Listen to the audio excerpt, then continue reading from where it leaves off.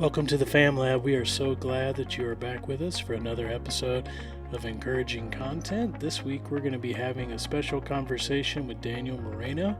Daniel is the Director of Ministry Relations for Joni and Friends, Texas. We're really blessed by the work that Daniel does for the church and helps the church to think about families and individuals that are affected by disability in a healthy and theological way. So we're glad to have Daniel with us on the podcast. Daniel is a graduate of Dallas Baptist University with a BA in psychology, and he brings a lot of depth and wisdom to this conversation. So he'll be joined by Tiffany and Rosalind in the Fam Lab. So let's listen to this conversation.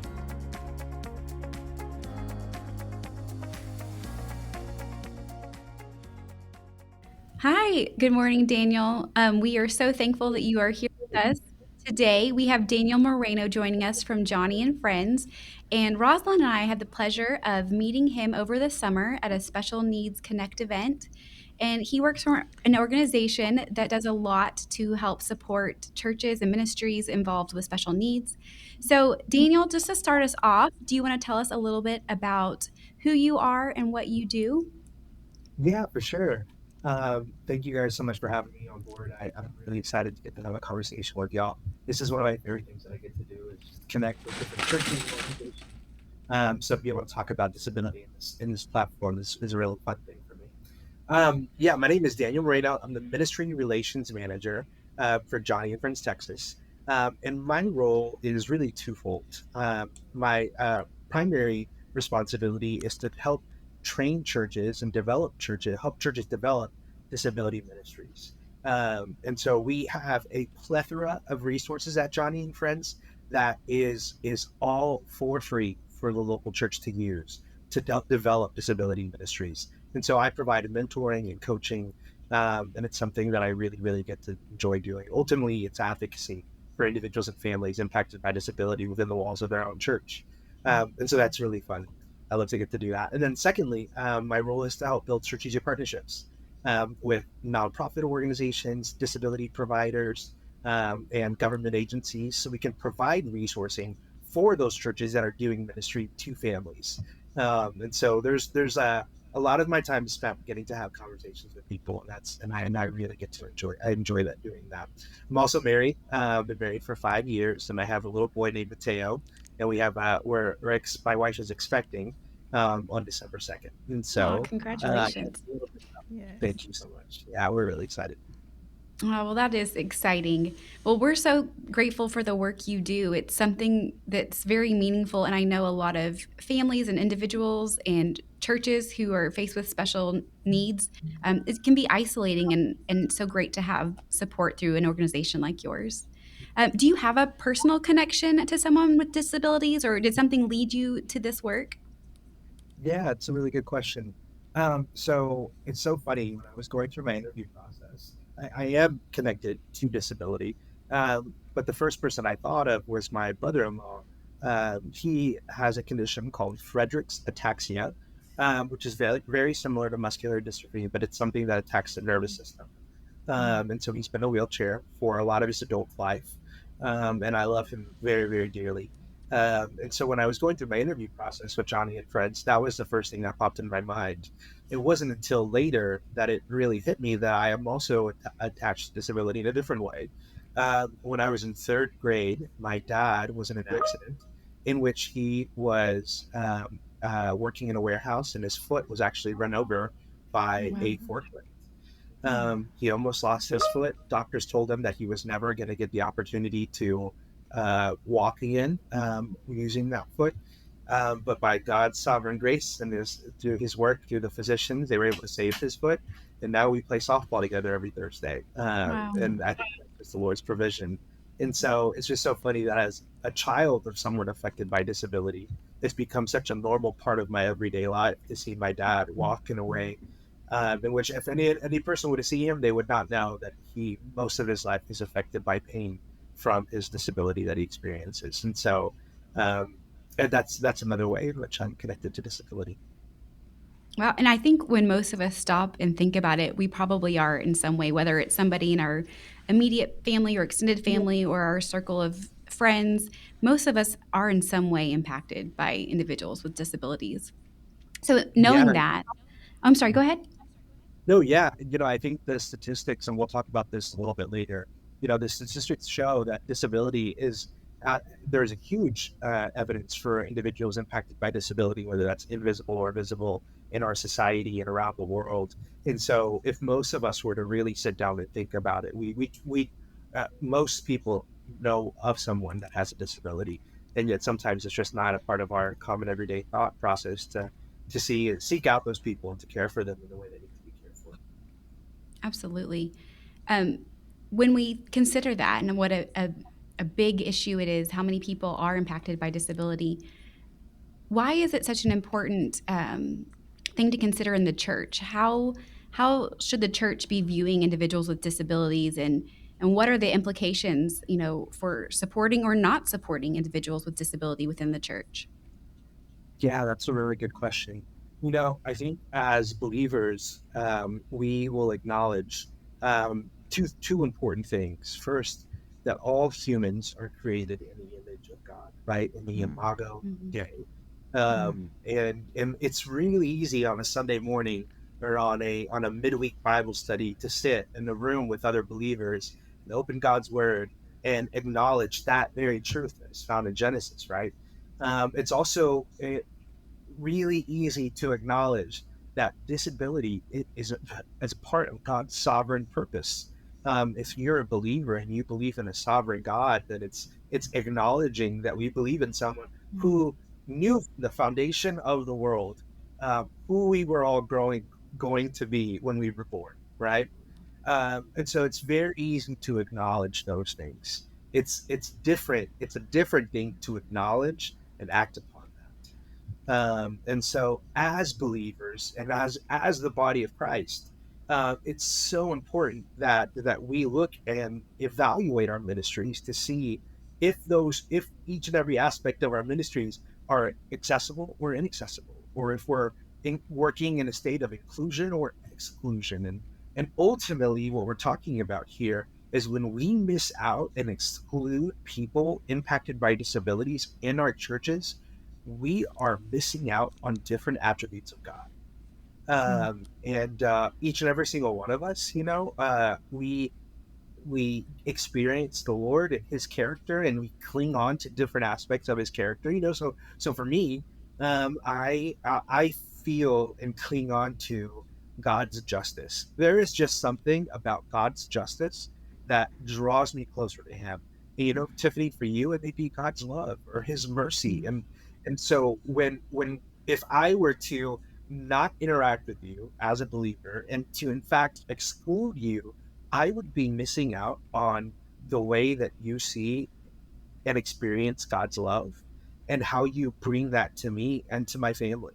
And so I think that as a body of Christ, when we exclude people, we are actually excluding those different attributes of God.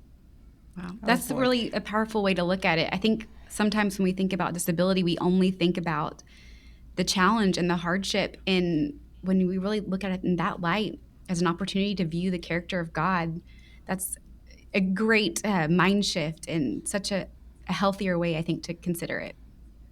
Yeah, I immediately think of an experience that I had actually not long ago. As an organization, we have what we call family retreats, and so in Texas, we host 3 weeks of family retreat, and this is where we bring in volunteers and we actually serve the whole family impacted by disability. And so this year, I had the opportunity to get paired with a young man. He was 18. He has autism, and it's so funny because different individuals experience have different uh, forms or different uh, features or characteristics that they bring when they're impacted by different disabilities, right? So you've never seen two individuals this with autism are not alike, right? They're very different, Right. just like we all are. And so this young man, when I was paired with them this summer, we just had so much fun. We got to go, fishing and swimming, and we got to go to a Bible study, and we got to go to worship. But what was really interesting about my experience with him is he is such a sweet young man. But whenever he would get excited, and he was in a moment where he was just like loved what we were doing. He would grab my hand like a waffle style, and he would hold my hand so tight, and then he would put it up against his chin, and he would just like put so much pressure, not to hurt me in any way. For him, that was his way of expressing love and joy.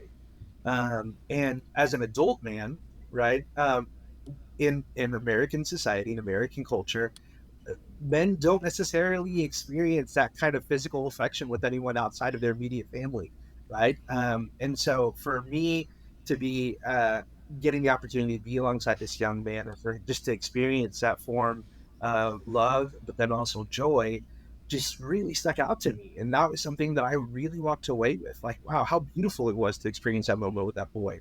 Well, what's so crazy is not too long after, maybe a couple months afterwards, my wife and I were at church, and we lead our newlywed class, and so we had this experience with this elderly man. He's a woodworker. He's in his late 80s, and he carved these crosses that he wanted to donate to the different couples in our class. It was his form Oh, of ministry. It was really sweet, really sweet. But he and afterwards, I gathered our class together with him after church. And we just circled around him and we prayed for him. But what was so interesting was in that moment when we were circling around him, he hooked his arm as mine in mine, and he held my hand so tight. And in that moment, what I was reminded of is the physical love and joy that I experienced with the young man I was with that. And so it's just two moments, right, where like that's what it took me back to. And I was like, this is love, this is joy, this is care. This is what the Lord is showing me in this moment through these two individuals. One, an individual affected by disability, and another, an elderly man, getting ready to, as scripture says, he's working to finish the race well. And so in those two moments, I was reminded of God's characteristic of love and joy. that's Daniel, that's a wonderful. beautiful story. Just so beautiful. And I just want to say thank you again for being here. Thank you for the time that you've already spent with Tiffany and I and our ministry team to try to help us He, figure out what some of our blind spots are when we he, come to serving and the church as a whole. So I he'll just really appreciate you so much. It means a lot. Question: what would you tell someone, maybe from a smaller congregation, who feels like their church is unaffected by disability? Yeah, I think this is a really, really important question. And I'm going to throw a couple stats at you guys, and I think that they were eye-opening to me when I heard these stats. And so the CDC says that 1 in 6 children under the age of 18 are impacted by disability. That's Wow. 17% of the population under the age of 18. Over the age of 18, so for adults over the age of 18, that statistic becomes 1 in 4. That's 25% of the adult population in the US that are affected by disability. There's an individual named Dr. Eric Carter, formerly out of Vanderbilt University, currently working at Baylor University, and has done a lot of research in regards to disability in the church. And something that he says that I think is shows is a little bit more drastic in nature in terms of the statistic. What he has found is that 1 in 3 households in the United States are individuals affected by disability. 1 in 3 households. So what does that mean? I think that what that means is that disability is existent within each and every single one of our churches. And I think that some people are like, well, Daniel, you don't know my church. What I would say back is, you know, the reality is that there's two different types of disabilities. And what I mean by that is there's a, a overarching umbrella, right? And there is a lot that falls in within that umbrella. How I would characterize it is I think that in two ways. There's invisible disabilities and there's visible disabilities. So a invisible disability would be someone like my dad. Most of the people that interact with my dad at church would never know, unless he were to take off his shoe and take off his sock, that you would see what his foot looked like. He's like any other individual walking around. that is an example of an individual with a invisible disability. Another example of that would be someone with autism. That's a little bit more high functioning. Some individuals you would look at while you're walking down the street, and you would never know that they're an individual that has autism. Those are examples of invisible disabilities. An example of a visible disability would be someone that maybe has been in an accident or was born with a spinal cord injury or disability, and so they're in a wheelchair, right? And they don't have the ability to walk with 2 feet or on 2 legs, and so that would be an example of someone with a visible disability. And then I guess another example of that would be some individuals with Down syndrome are born and they have different features about them physically that you can see that they're an individual with a disability, with an intellectual disability. And so uh, with that individual that says, well, Daniel, I don't necessarily see disability within my church. I would challenge that to say that the statistics don't say that. And if you truly are adamant about that, I would say that it's worth having a conversation with families and church leaders to see, well, let's see who are individuals within our church that struggle with. Maybe it's a mental disability like post-traumatic stress syndrome, right? Or individuals that have come back from war. That's another area of ministry that we have at Joni and Friends that we have built a ministry to support is veterans, wounded veterans and their families. And so there are just so many ways in which I would challenge that sentiment. And I think that a lot of what the church really needs to do is sit down and self-evaluate to learn, well, what does a disability mean? Does it just mean a wheelchair? Does it just mean autism? And I think that they'd be surprised to say that answer is no. Absolutely. It's such a broad category. And I think that's one of the things that makes it at times a challenging ministry to provide because from person to person, their needs may be vastly different. I also Absolutely. have found as a mother of a child with special needs, we visited a lot of churches and there were several churches that told us that they did not have members or did not have other children with special needs. And I also, it just makes me wonder, is it because you're not aware and they are there? Or are they not coming because there's not a place for them? And I think that's an important thing for churches to consider. Do people feel like there's a place for them within your church? If they show up, is there something for them? So, kind of along those lines of people maybe having different perspectives on what disability looks like, are there other misconceptions that churches have, you think, about disability and how to provide services to people with disabilities? Yeah, wow, that is such a good question. I think that there are many misconceptions when it comes to disability. I think that most individuals, when they interact with their local church, um, they are unwilling to acknowledge barriers that exist, right? And so there are so many barriers for individuals and families impacted by disability that we as if you're a neurotypical individual or an individual without a physical disability, then we don't consider on our everyday day-to-day basis. And Mhm. yet the world is not built for everyone. Buildings, actual physical building structures are not built and in reality, I think also society in terms of the way we view one another also is not Mhm. necessarily built with a gospel-centered minded perspective. So there are so many barriers for families. I mean, a couple examples of this are um, there are really two different types of barriers. There's physical barriers or there's social barriers. And so physical barriers, this is actually not many people know this, but the church is actually exempt from being ADA accessible. So for a lot of churches, their physical space is actually not accessible for individuals with maybe a physical disability or a disability that it does not allow them to be as mobile.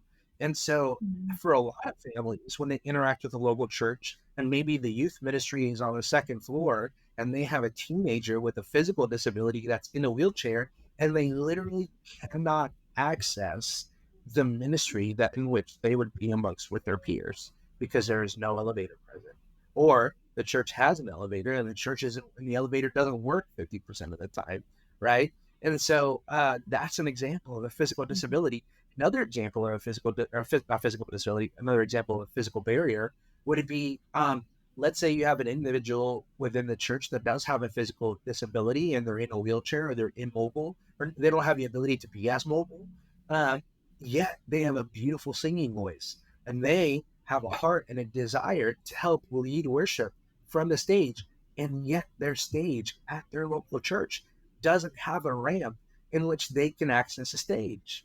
And so I think that that's an example of a way, in different ways that there are actual physical barriers. Another example that I had that just recently popped up.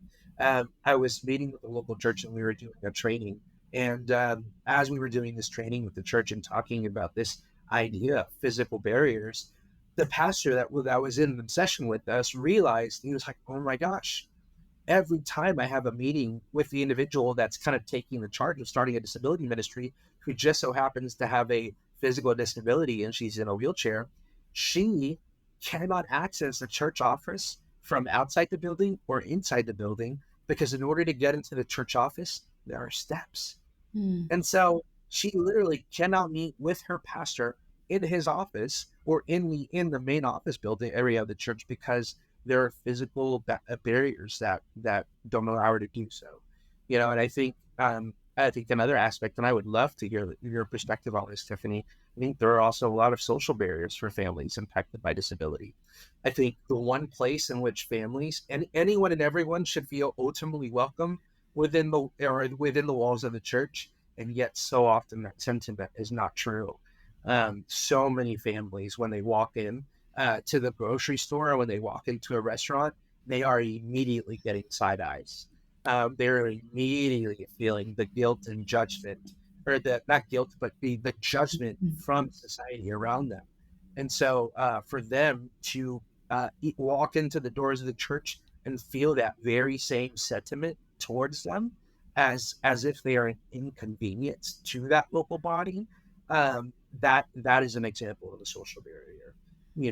And I think there are countless other examples of that. And yet so often when the church is meant to it is meant to act with the purpose of love, we act with the purpose of inconvenience, and instead of welcoming people, we often deny people. And I have several examples and stories of that. But Tiffany, I would love to hear your perspective on that. Yeah, I think that church is a setting that can be hard because of those social contexts or expectations. You expect that, the people around you are going to sit quietly and still, but our family does not sit very quietly and still. And, we've had to kind of adjust our expectations about what that might look like for our son. He has autism and is a big sensory seeker. Sitting still and quietly is very hard for him. He has to move and fidget and he jumps up and down, and luckily everyone around us is very gracious.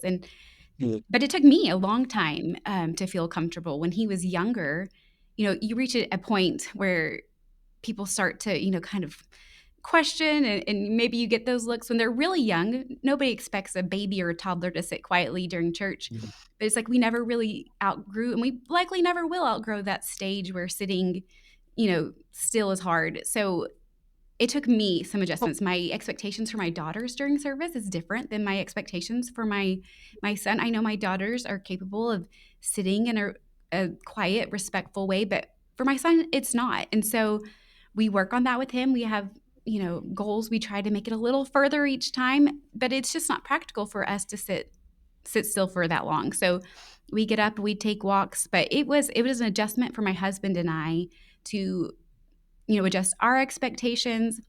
I also have gotten better about talking to the people around me. I find that most people, when they're aware, are very gracious. And so sometimes, if there's a visitor near us, say, you might hear a little bit out of us during worship. And you know what? They usually smile and say, "Oh, no, that's fine. We're glad you're here," or "We're glad to hear him." Or sometimes my son giggles a lot during church, which we do prefer the giggles to the squeals. But when he's giggling, most people, will turn and grin. And I find that if we give people the opportunity to just be clued in on what's happening, yeah, it's hard for Cooper to sit, but we're happy he gets to come with us. They're usually feeling the same way, like, yeah, that's fine. So I think too, our level of comfort in communicating with the people around us about what what we could actually do during service. Can we be still? Can we be quiet? No, probably not.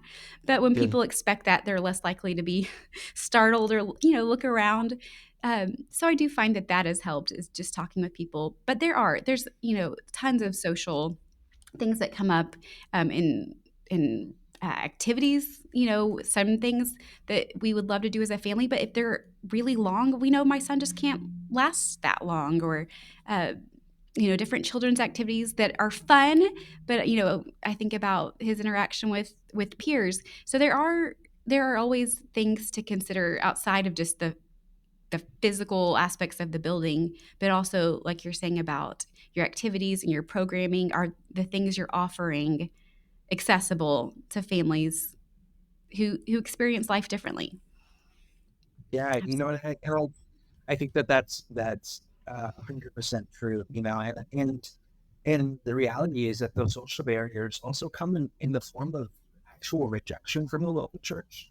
I've talked with countless number of families that they have actually been told by a church body that they were visiting, "I'm sorry, we can't serve you here. Here are a list of 4 other churches in our area that are mega churches that have disability ministries. Go there."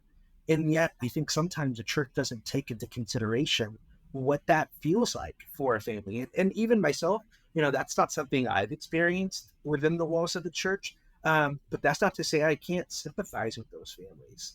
And I think that that's an area that the church can really grow in, is in the form of sympathy. I love that the example that you just brought up of, man, if we communicate with the people that are around us and we say, well, this our situation. Just want to make sure you're aware. And if the church looks at that and they're able to respond and say, I understand and I love you and I care for you and I'm glad you're here, that's an example of sympathy and love and care, Mhm. right?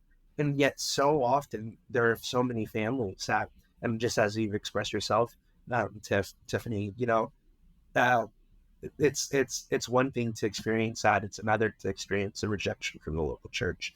And so I think that those are really important examples that we have to have talk about, because that's a reality for so many different families. Absolutely. And I think that for people in that position, often they already feel very isolated, and they're Mm, probably, seeking connection, and to be turned away from a church, that would be such an emotional thing to experience, and also could have a really sad impact on their mm. spiritual, growth and their relationship with God, which would be a tragic outcome from a bad experience within a church. Yes, because you're right, but there's so like what we're talking about is eternal implications. Like, um, are we exemplifying the heart of Christ or are we not? Right? It's because, as we talked about earlier, it's one thing to acknowledge that each man is created in the image of God. It's another thing to act upon that. And when we choose to say, "Well, we can't serve you here," ultimately, Mhm. what we're doing is we're excluding who the Lord is within that individual, and we're not taking into account what that impact that it's going to have on that person. Um, and are we drawing them to the feet of the cross or are we pushing them away? All of our resources and our mentoring is completely for free, and so we want to help the church help the church self-evaluate, right? Its ministries and do that. But I would say, I think there's a couple of different people audience that we're talking to. If we're talking to a family that's impacted by disability, and they're like, Daniel, we are within the walls of our church. There's not a disability ministry, and we want to do something. Can you help us? To that person, I would say, you're not alone. I would say, let's have a conversation, reach out to your church staff, tell them that the resource that is completely for free to the local church. There is no catch to it. And what this organization wants to do is help us start a disability ministry. And I think that, and it's so interesting because it's like, well, Daniel, yes, but let's get to step 2 and 3. But that first step is kind of scary, to reach out to your church and say, hey, this is something that I need, and I know that there are other families like us that need this. I would say to them, like, take heart, know you're not alone. Reach out to your church staff. And, I wouldn't just start with your children's minister. I would reach out to, your senior pastor and your executive pastor, and also your children's minister, and say that this is something that the Lord has placed on your heart. and we would love to have that conversation. And let's set up a meeting. Let's talk, all of us, and we'll walk through our resources. We'll walk through all that stuff. And so that way you're not walking into that conversation alone. So that person, that's what I would say. It starts with a conversation. And I think that when, as Tiffany was alluding to, right, there's so much fear and isolation already that you're feeling. And so just to that person that's listening, know that you're not alone. Know that we're here for you. Know that we want to help you have that conversation with your church body. I would say that that's something that's important. Now, to the church staff member that's listening to this, and they're like, "Well, I'm feeling convicted by this now. Our church maybe doesn't have a space for those individuals to come in and have a disability ministry." You know, I would say to that person, you know, uh, it's important to acknowledge acknowledge the lack of information, right? That maybe the lack of work that we have done, right? And I think that that's really important for the families that are already within your church and the families that are to come. Acknowledge that, and then let's move into the second stage, which is let's evaluate, and not evaluate just within a single ministry, right? Disability ministry or special needs ministry is not just a children's ministry, and that's really important to understand. Um, just like everyone else, individuals impacted by disability grow older every year. And so, if that is true, and we are willing to see that and acknowledge that, then it's important that we evaluate all our ministries, and that all the pastors on staff or ministers on staff acknowledge that we need to create a space within our church that is both that is also inclusive, but also that there's a safe space for individuals that maybe need a little bit more intimate care, that we would grow that within the walls of our church in every aspect, whether that is in reach or outreach. And so, as an organization, Joni and Friends, we've developed what we call the training pathways. It's 4 sessions. It's not a lecture. It's not a seminar. It is a session by session conversation about where do individuals impacted by disability fit in within our own church mission statement, right? And so, well, the reality is that they do, because every individual, if your church mission statement is to go out and make disciples of all nations, teaching them to observe and obey, then if that is your church mission statement, which is ultimately the Great Commission, then those people are already included. They are there. And so then what do you do after that?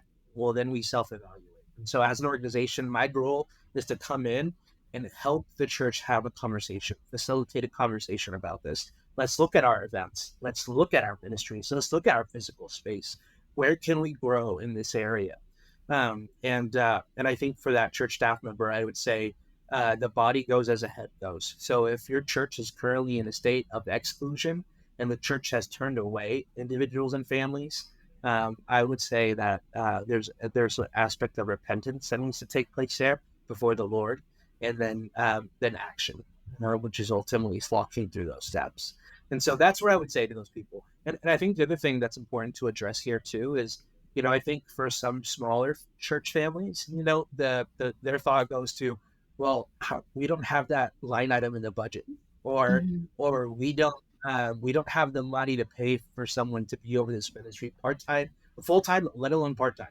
To that person, I would say, what we've done at Joni and Friends is actually developed a model of ministry in which you can lead the ministry, you solely utilizing 3 leader volunteers. And I think that that's important to know, that um, just not having the funds, I don't think is an excuse to not do the work of ministry. And so I think that that's really important. So to that person, I would say that, Yeah, and I think which that I know express means a lot. yeah, I think that expressing the intent to want to include somebody goes so far. I know when our family first started visiting our church that we were approached and people just asked, "What do you need? Like, what would help this work? What does your son Yeah. need to be able to go to Bible class? What do y'all need to be able to go to worship?" And that doesn't cost anything, and having other people that are willing just to spend some time with your child or your family member. And, it offers a little bit of respite to that family to get to go to Bible Yeah. class and helps that child feel included. And that's may seem like a small gesture, but I think that is a huge place to start. And I think that that communicates that you want that family there. And I think that's so powerful and so meaningful to the family who wants to belong. Yeah. I think wow, I think that's really important to address. You brought up a word that I think is so important, which is respite. And so, when the church uh, serves individuals impacted by disability, they're not just serving that person, right? They're serving the whole family. So when you're getting an opportunity, so here's an example, right? I know that every Sunday when me and my wife arrive to church, we go in and check in, and my son we check him into the Sunday school. I know that I'm going to drop off my son in his class, and he's going to get to do three things. He's going to eat a snack. He's going to get to participate in the craft. More importantly, he's going to be discipled, right? In a way that is good for a 3-year-old. He's going to be discipled. And yet, there are so many families like Tiffany's that they don't get that opportunity. And so, for families impacted by disability, they go to a church on a Sunday morning. They walk into the Sunday school and they drop off maybe their children that are neurotypical, right? They're still Mhm. siblings of the individual, and they get to do that. But with them, they take their child impacted by disability. So, what is not happening for that child? That child is not getting a snack, right? Which is a small thing, but ultimately not, right? He's not getting a snack. He's not getting to participate in an intentional craft for him, and he's not getting intentionally discipled. And so what's happening? Well, that family is taking that individual with them to the Sunday school class in which they are not going to get the opportunity to participate in discipleship. They're not going to get the opportunity to sit down in a class where they're getting the opportunity to open God's word and fully focus and listen to see what the Lord has for them. And so, I think that's really, I think it's really important for the church to acknowledge that when we serve those individuals impacted by disability, where we are intentionally discipling them, we are also not getting the opportunity to intentionally disciple their parents. And so I think that's something that I think that's beautiful that you just brought up too. Yeah, I agree. It means so much to the family, to the siblings, just for their family to be able to participate. I actually spoke with a family yesterday who they haven't been in church in a long time because Mm. a disability was keeping them from going. They didn't feel that their child could go to a class setting or to a worship setting. And she just expressed how she longed to worship with other believers and to make Love connections. And so I think they're going to come visit us, and I'm really excited about that. But I know that that's something that it. they've really missed, and it's sad that a disability has kept them from church. So I Yeah, love that you think about the family as a whole because that's a yeah, big deal. yeah. Such a big. Okay, well, as we kind of start to wrap up, is there any thing that comes to mind, anything you've ever seen done that just stuck with you as a really cool or different or memorable way that you saw people making a great effort to be inclusive in their church? Yeah, that's a really good question. I think that there are so many churches that come to mind that are serving families well, Mhm. and they're getting an opportunity to invite individuals impacted by disability to not only be served by the church, but also get the opportunity to serve their local church. And I think that is absolutely important for us to consider, because if we're all a part of the body of Christ, right? Then the Great Commission is for all of us, all believers that acknowledge who Christ is and what he did for us. And we're grafted in and adopted into the family of God. Then it's really important for us to recognize that each and every single believer has been given spiritual gifts. And so there are a couple individuals that come to mind. I was doing a training for a local church, and we were walking through our training pathways. And so it's like, as I said, it's a 4-session course. And one of the individuals that was in the room that was about to participate in the disability ministry was actually an adult impacted by disability that had autism, Wow. and he was able to give such unique perspective to the ministry and to the accessibility or inaccessibility of the church and its worship. And so that was something that I thought was absolutely beautiful. If you're having a conversation as a church about disability ministry, what does it actually look like to invite those individuals into the conversation, so that way they can participate in a way that is for them. And so I think that that's an important, I think a beautiful thing that I got to experience. I Really, love yeah. that. That I thought was really cool. I think another example of this was there was a church that I was having a conversation with, and they're individuals that are within their ministry. Every church, obviously, we're believers. We love coffee on a Sunday morning, right? And so this church actually invited its disability ministry and its adult individuals impacted by disability to come in, and they serve the coffee and the donuts every Sunday morning, which was I really love cool that. because what he was doing was every individual that walked into the doors of the church, who did they see?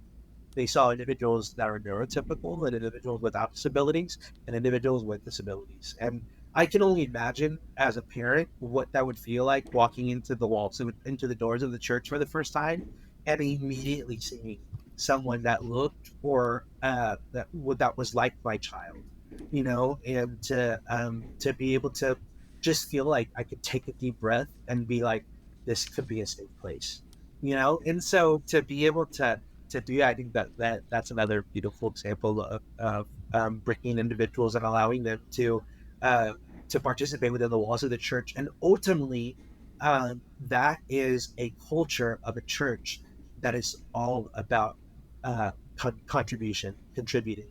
Yeah. Every person that's within the walls of the church that professes Christ as Lord and Savior, well, there is a place for you here. And we want you to serve, to be served, and we want you to serve. And so I think that's ultimately what the church is meant to look like. I love that. I love just finding a role for everybody, and that message that you described, that somebody would see upon entering, that, wow, this is an inclusive environment. A family like mine can participate here and be safe here. Yeah. Awesome. Well, we are so grateful that you've spent this time with us, and we are so thankful for the work you do. I know you've really brought some great things to light for us as a staff, and some things to consider as we, fully form our special needs ministry. Is there anything else you want to share with us about Joni and Friends, or just things to consider before you leave?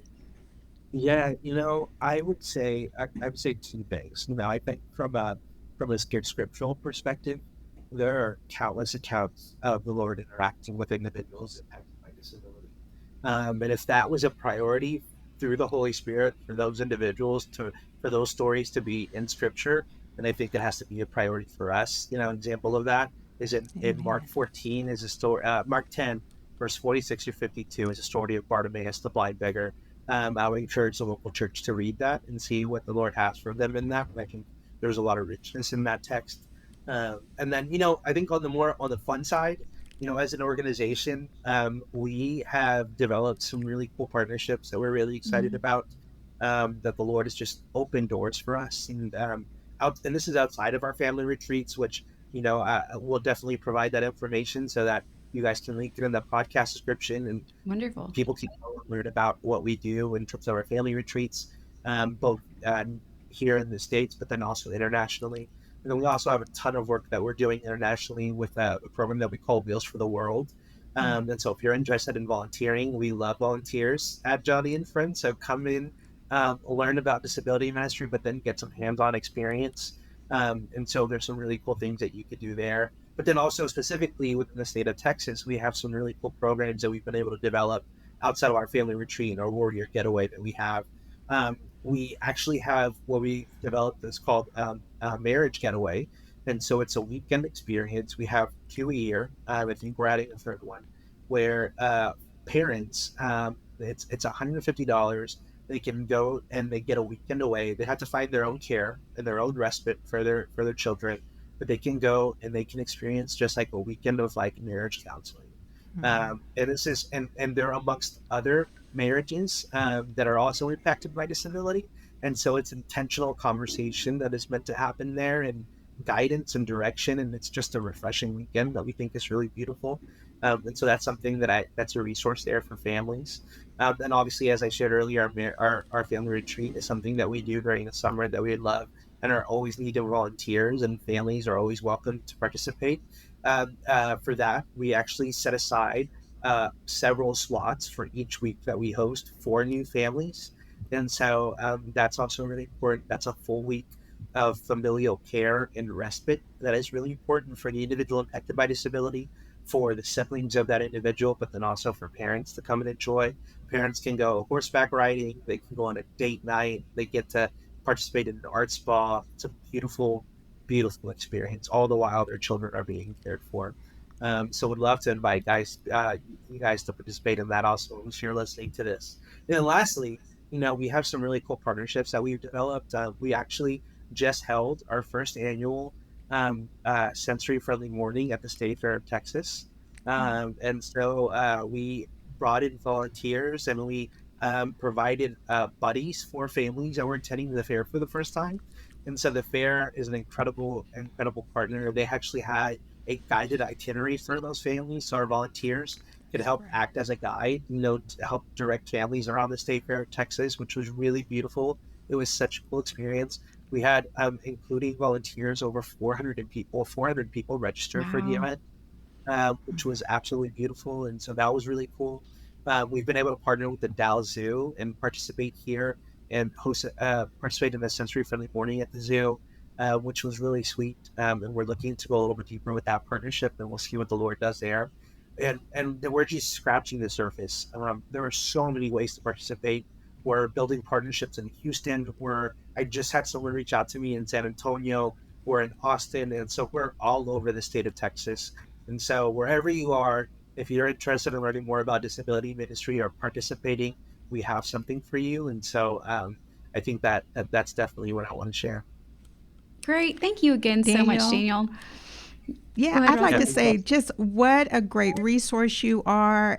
What it is a blessing to get to hear you and to get to know you and to know about Joni and Friends. And I just have to say that your passion and enthusiasm about this topic is contagious. Mhm. And it just gives a feeling of confidence, like we can do this because we have someone that is willing to walk by us and to Yeah. help us with serving like God intended us to serve. And Wow. your passion is only rivaled by that of Tiffany. So I just want to say that. But we just really appreciate you so much. And Tiffany, thank you for organizing this discussion with Yeah. Daniel today. Well, Well, thank thank y'all. you. Yeah, thank y'all so much. It's an absolute joy.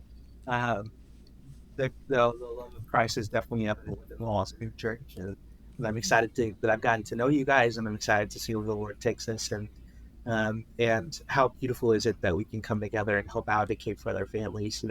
Ultimately, my hope is that when people listen to this and they hear Tiffany and they hear this conversation that we're having, well, between all three of us, that ultimately that the Lord be glorified, but then second, that people would feel less alone and less fear. And so, thank you for that encouragement. That really means a lot.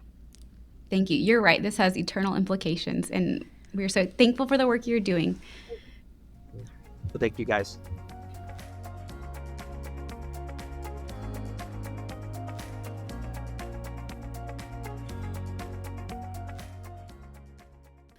Welcome back to the Fam Lab. That was a great conversation with Daniel Moreno. Really appreciated his insights, and we're going to take that topic and try to transition it a little bit to our families, to talk about being inclusive in our families, about raising inclusive kids, because ultimately there are a lot of things we can do from a church programming standpoint, but the church is the people, and so all of us have a role to play in being inclusive. So I'll send it over to Rosalind and Tiffany. What are some thoughts that you have, based off this conversation about how we can raise inclusive kids?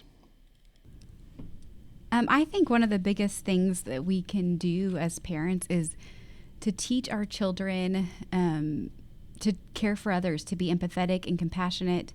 And I think that that's, just good practice in general, but especially when we're looking at people who are maybe different or more vulnerable. If we can teach our kids to put themselves in somebody else's shoes, I think it goes a long way in helping them to care for others better.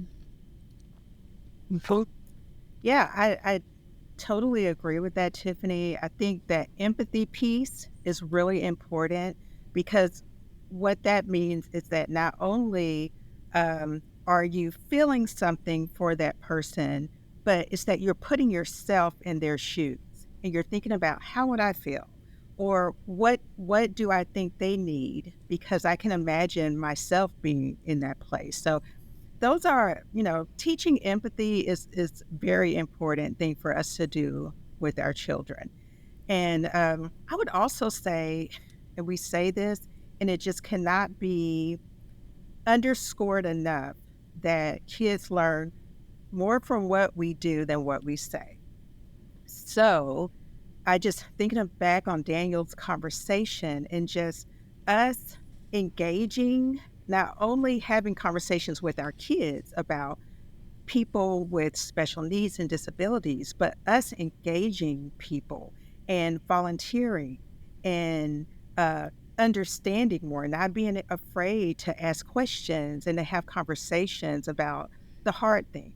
Those are the things that our kids see and hopefully will follow, as you pointed out, Tiffany, because these are the people that are going to be leading us, and they're going to be leaders in the church. And so we want to try to be examples for them. And I mean, kids know when we're being authentic and we're not being authentic, right? So, we want to do these things in just the purest way that we know how, just in a genuine way. So I think that's some practical things that we can do as parents. Yeah, you mentioned questions and conversations, and I think that children are naturally curious. And I think if we just embrace that, like you mentioned, they are going to probably ask the questions. They're probably going to naturally present those opportunities for you to discuss things. And when they ask a question about why another child does something, or why they look a certain way, or why they might use adaptive technology or some type of assistive device, and that's an easy opportunity just to meet them where they are, answer their questions honestly, while also pointing out that, yes, this is different. But there's some ways that you and this kid, they're using this wheelchair to get around just like you get around in this way. And there's lots of ways to draw connections while also acknowledging the differences and ways we might need to be, a little more patient or sympathetic with somebody. So a lot of great things there. The willingness to have conversation, the willingness to be curious. When we think about some of those maybe practical steps that we can do at home, what are some guidance that you would give to your kids maybe as they're, going to school, as they're, going to church, that, might be some good things you could remind them in the car, or you could say, kind of as they're, going into the children's wing, that, hey, these are some things to be thinking about as you go into class today. Yeah, you know, I really enjoyed that conversation we had with Daniel, and I didn't remember just how much good stuff Daniel gave us when we were having that conversation. But as I listened again, what really jumped out is just the reminder that we are all made in God's image. And I think just constantly talking to our kids about how not only are they made in the image of God, but how all people are made in God's image. And this whole thing about being blind, we talked about blind spots.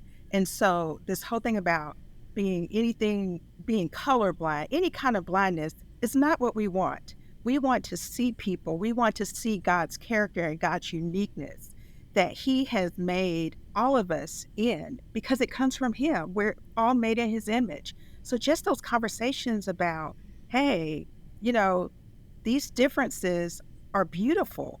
They're not something to close our eyes to and be blind. Everyone is different. Everyone has value, and everyone has something that they can bring to the table when it comes to working in God's kingdom, being a part of God's kingdom, and bringing others to God's kingdom.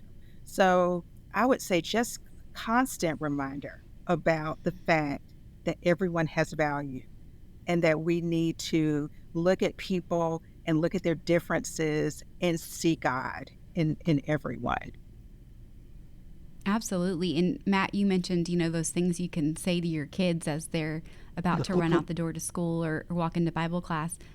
And, we mentioned that empathy is so important, but that term may be lost on a child. So I think you have to walk them through that sometimes and think, tell the child, oh, this individual, they can't speak. Can you imagine what it would be like if you wanted something and you couldn't tell somebody that? You couldn't use words to express that? How would you feel? Would you be frustrated if you wanted to play with the other kids, but you couldn't run like other children?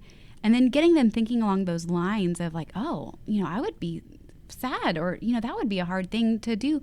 Then it naturally lends itself to, well, if that's hard for them, what can we do to make it easier? How could we, if we know they want to play but they can't run, what can we do with them? How do we include somebody who does have a difference?